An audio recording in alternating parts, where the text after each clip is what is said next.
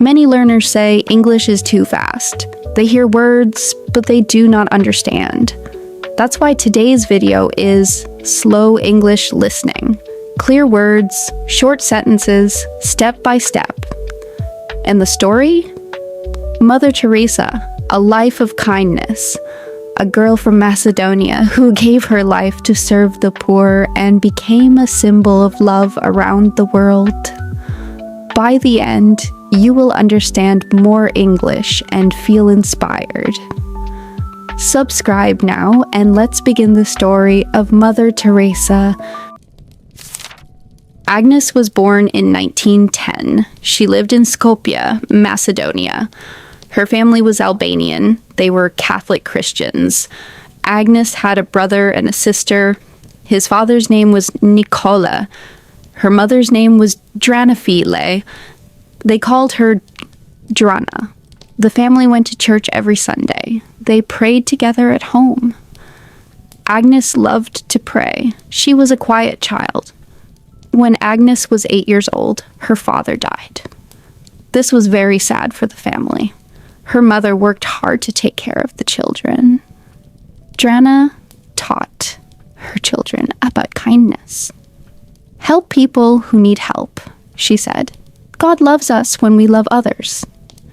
Agnes listened to her mother. She helped poor families in her neighborhood. She gave them food. She visited sick people. At school, Agnes was a good student. She read many books. But her favorite time was at church. She felt happy when she prayed. When Agnes was 12, she heard about missionaries. Missionaries were people who traveled far away to help others. They went to poor countries. They built schools and hospitals. Agnes thought, I want to be a missionary too. I want to help poor people. Her mother noticed Agnes was different. What are you thinking about? Drana asked. I want to serve God, Agnes said. I want to help people who suffer. Her mother smiled. If this is God's plan, I will support you. Agnes prayed more and more. She felt God was calling her. She wanted to become a nun. She wanted to give her whole life to God. At church, Agnes met other young women. They also wanted to serve God. They talked about their dreams. I heard about nuns in India, one girl said. They help very poor people there. Agnes felt excited. Tell me more about India, she said. The girl showed her pictures.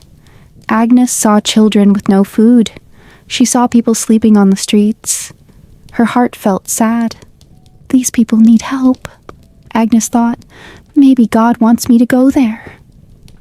Agnes was only 18 when she made her decision. I will become a nun, she told her mother. I will go to India to help the poor. Her mother was sad but proud. You have a good heart, Agnes. Follow God's call.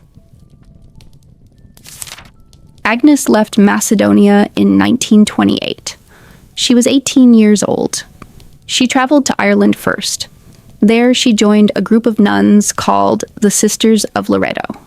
The Sisters of Loreto worked in India. Agnes needed to learn English. She studied hard for 6 weeks. English was difficult, but Agnes was determined. I must learn English to help people in India, she thought. In Ireland, Agnes took her first vows. She promised to serve God all her life. She chose a new name, Sister Teresa.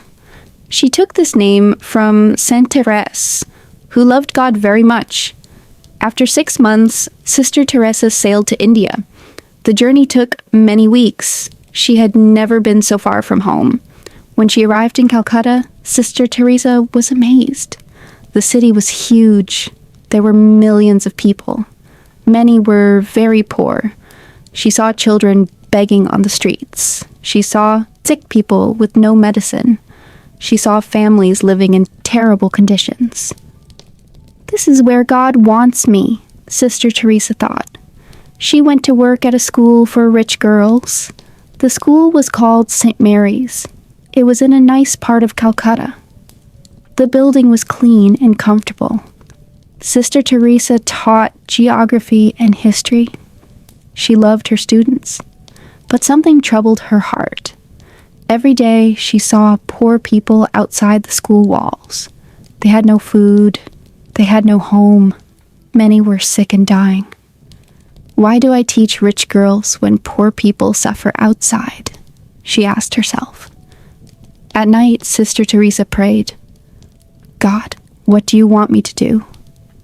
For many years, she taught at the school. She was a good teacher. The other nuns respected her. In 1944, she became the principal. But Sister Teresa's heart was not at peace. She felt God calling her to something different. One day in 1946, Sister Teresa was traveling by train. Suddenly, she felt God speaking to her heart.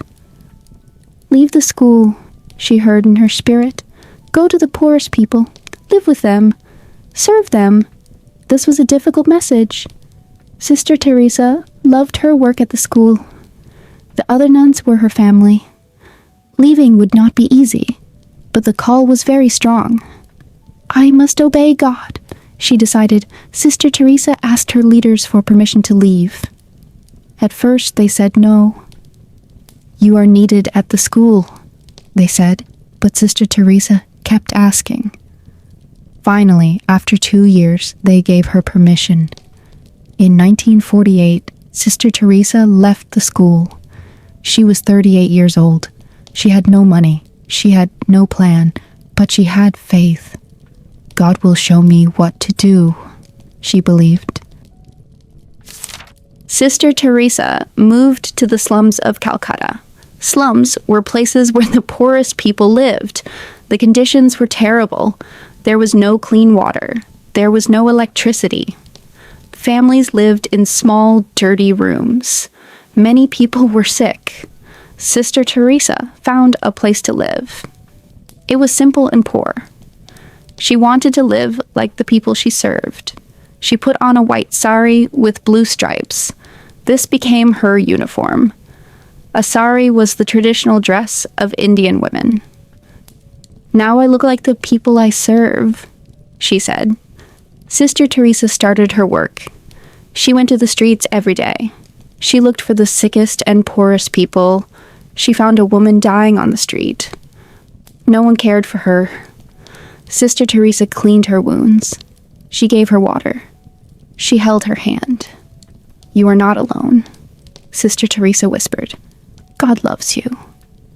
The woman died peacefully. Sister Teresa was sad, but she felt good. She had shown love to someone who had nothing. Every day, Sister Teresa found more people who needed help. She brought them food. She cleaned their wounds. She gave them medicine when she had it. Many people thought she was crazy. Why do you help these people? They asked. They are dirty and sick. Sister Teresa answered, I see Jesus in every person. When I help them, I help Jesus. Soon, other women wanted to help Sister Teresa. They were young Indian women who loved God. Can we work with you? They asked. Yes, Sister Teresa said. There is much work to do. In 1950, Sister Teresa started a new group of nuns. She called them the Missionaries of Charity. Their mission was simple: serve the poorest of the poor. The nuns wore the same white sari with blue stripes. They took vows of poverty. They owned nothing. They lived simply.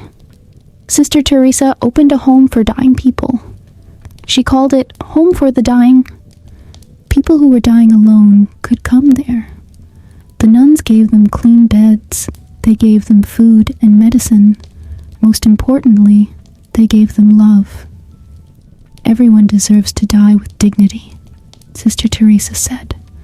Many people came to the home for the dying. Some got better and left. Others died peacefully, knowing someone cared for them. Sister Teresa also opened an orphanage. Many children in Calcutta had no parents. They lived on the streets. At the orphanage, children had food, clothes, and education. But most importantly, they had love. Every child is precious to God, Sister Teresa said. The work was hard. Sister Teresa and her nuns worked from early morning till late at night. They had little money, they had simple food, but they were happy. They felt they were doing God's work. People began to notice Sister Teresa. Newspapers wrote about her work. Visitors came to see the home for the dying. "How do you do this work?" they asked. "With love," Sister Teresa answered.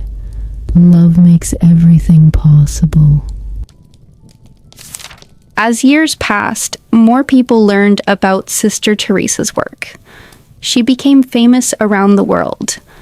In 1979, Sister Teresa received the Nobel Peace Prize.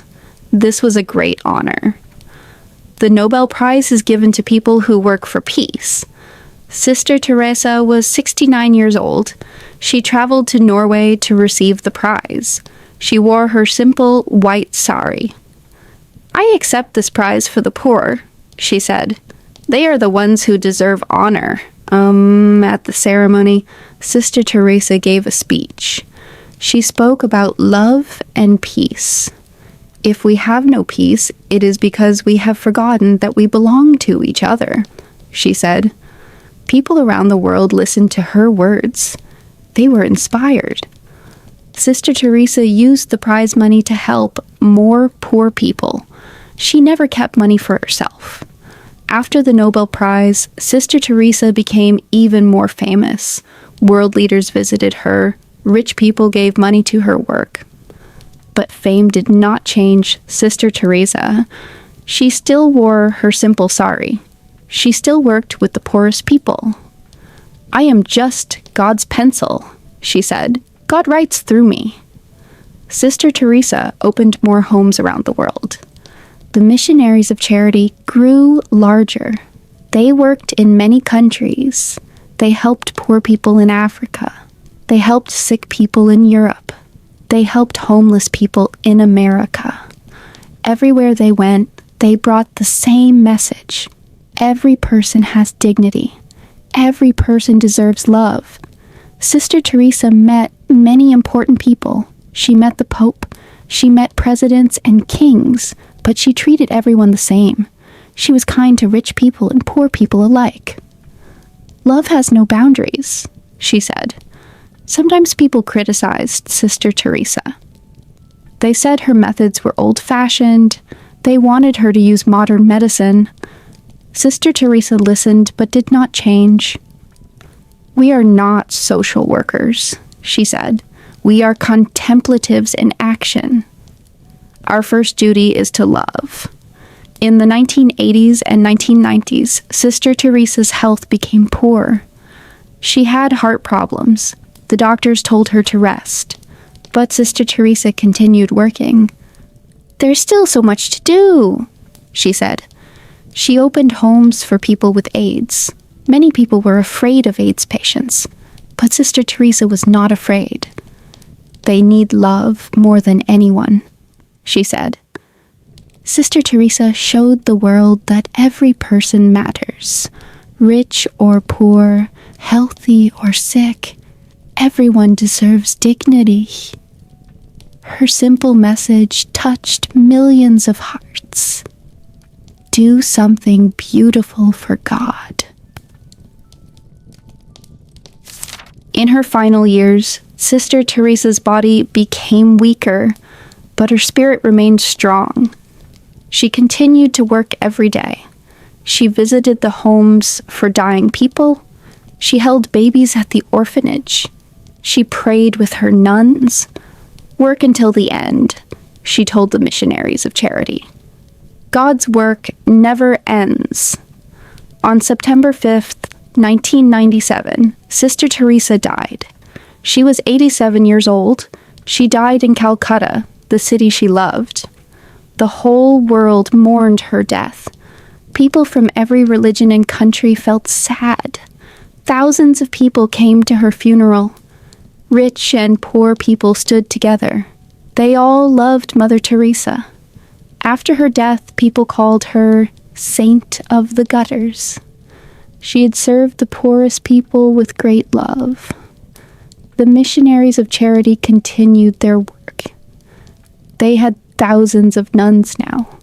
They worked in over 130 countries. In 2003, the Catholic Church began the process to make Sister Teresa a saint. They studied her life carefully. They found evidence of miracles. Sick people prayed to Sister Teresa and got better. In 2016, Pope Francis declared Sister Teresa a saint. She became Saint Teresa of Calcutta. The ceremony was beautiful. Thousands of people celebrated. Many were poor people she had helped. She is a saint for our time, the Pope said. Today, Mother Teresa's legacy lives on. Her homes for the poor still operate around the world. Schools teach children about her life. Students learn about kindness and service. Her famous words inspire millions. Not all of us can do great things, but we can do small things with great love. Mother Teresa proved that one person can change the world. She showed that love is stronger than poverty. She started as a simple girl from Macedonia. She became a symbol of hope for all humanity. Her life teaches us important lessons. We should help people who suffer. We should treat everyone with dignity. We should not wait for others to act. We should start where we are, with what we have. Mother Teresa's message is simple but powerful. If you want to change the world, go home and love your family. Love begins in our hearts. It grows when we share it. It changes the world when we live it. Mother Teresa lived this truth every day. She gave her whole life to love. That is why we remember her. That is why her story inspires us. That is why Mother Teresa will never be forgotten. Mother Teresa's story shows us the power of love. A simple girl became a saint through service to others. The more you listen, the more you understand. And the more you hear real inspiring stories, the stronger you feel. Come back every day for another slow English story. Each story will help you learn English and inspire your heart. Subscribe now and activate the bell. Like this video and share it with friends. Together we can spread inspiration around the world. Thank you for listening. See you in the next slow English story.